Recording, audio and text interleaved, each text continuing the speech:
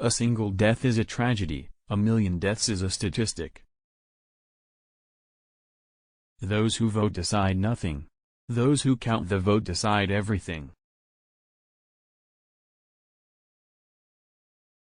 Education is a weapon, whose effect depends on who holds it in his hands and at whom it is aimed. The problem with quotes on the internet is you never know if they are genuine. History has shown there are no invincible armies. Death is the solution to all problems. No man, no problem. It is not heroes that make history, but history that makes heroes. It is difficult for me to imagine what personal liberty is enjoyed by an unemployed, hungry person. True freedom can only be where there is no exploitation and oppression of one person by another, where there is not unemployment, and where a person is not living in fear of losing his job, his home and his bread. Only in such a society personal and any other freedom can exist for real and not on paper.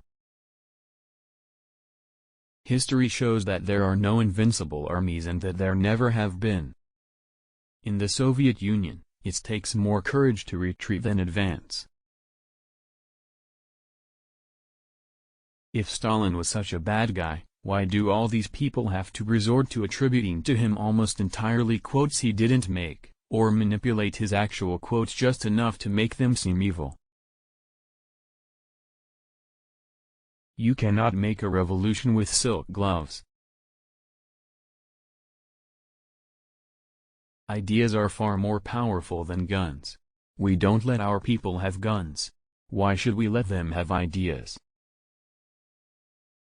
If there are no isolated phenomena in the world, if all phenomena are interconnected and interdependent, then it is clear that every social system and every social movement in history must be evaluated not from the standpoint of eternal justice or some other preconceived idea, as is not infrequently done by historians, but from the standpoint of the conditions which gave rise to that system or that social movement and with which they are connected.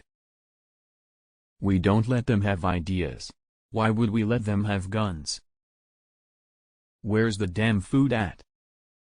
There are on occasions, as we know, when resources are abundant, but they are expended so incompetently that the advantage is nullified.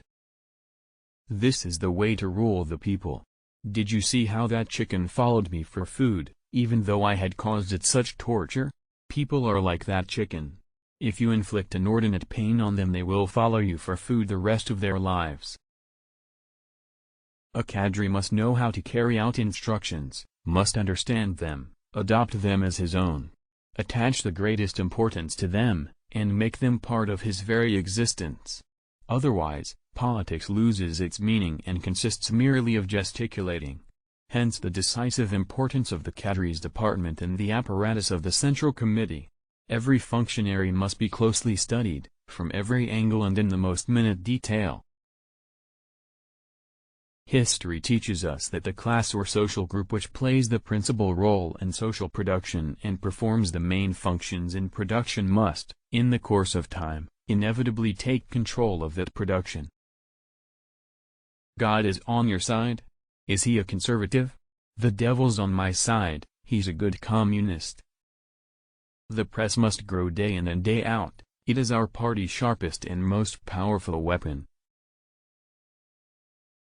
The leaders of the bourgeoisie hope to create a bloodbath in these countries, rely on the police bayonets, and appeal to the help of people like Gandhi.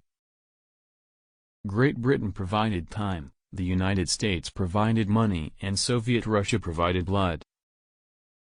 The people who cast the votes decide nothing. The people who count the votes decide everything. Social democracy is objectively the moderate wing of fascism. These organizations are not antipodes, they are twin. I know that after my death a pile of rubbish will be heaped on my grave, but the wind of history will sooner or later sweep it away without mercy. If you're afraid of wolves, don't go into the woods. Life has improved, comrades. Life has become more joyous. A sincere diplomat is like dry water or wood in iron. When the Bolsheviks came to power, they were soft and easy with their enemies. We had begun by making a mistake. Leniency towards such a power was a crime against the working classes. That soon became apparent. Advance towards socialism cannot but cause the exploiting elements to resist the advance, and the resistance of the exploiters cannot but lead to the inevitable sharpening of the class struggle. Undoubtedly, our path is not of the easiest, but, just as undoubtedly, we are not to be frightened by difficulties. Paraphrasing from the well-known words of Luther, Russia might say, "Here I stand on the frontier between the old, capitalist world and the new, socialist world. Here on this frontier I unite the efforts of the proletarians of the West and of the peasantry of the East in order to shatter the old world. May the God of history be my aid." Iron discipline does not preclude but presupposes criticism and contest of opinion within the party. Least of all does it mean that discipline must be blind. On the contrary, iron discipline does not preclude but presupposes conscious and voluntary submission, for only conscious discipline can be truly iron discipline. A single death is a tragedy, a million deaths is a statistic. Those who vote decide nothing. Those who count the vote decide everything. Education is a weapon, whose effect depends on who holds it in his hands and at whom it is aimed. This creature softened my heart of stone.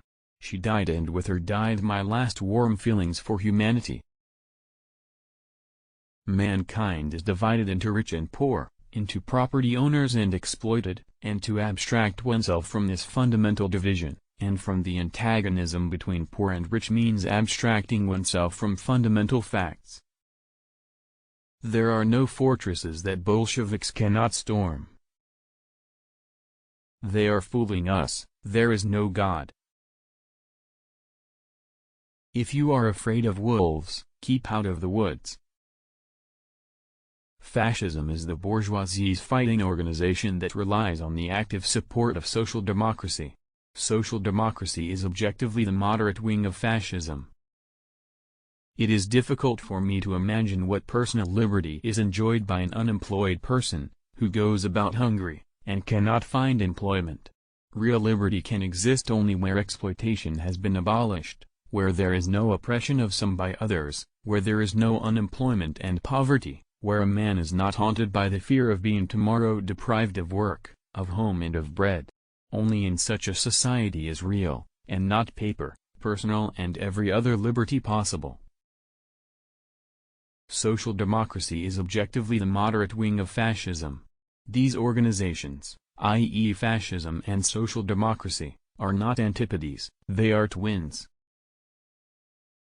It is impossible to finish off capitalism without having finished off social democracy in the working class movement. The state is a machine in the hands of the governing class for suppressing the resistance of its class antagonists. In this way the dictatorship of the proletariat differs in no way essentially from the dictatorship of any other class. We think that a powerful and vigorous movement is impossible without differences. True conformity is possible only in the cemetery.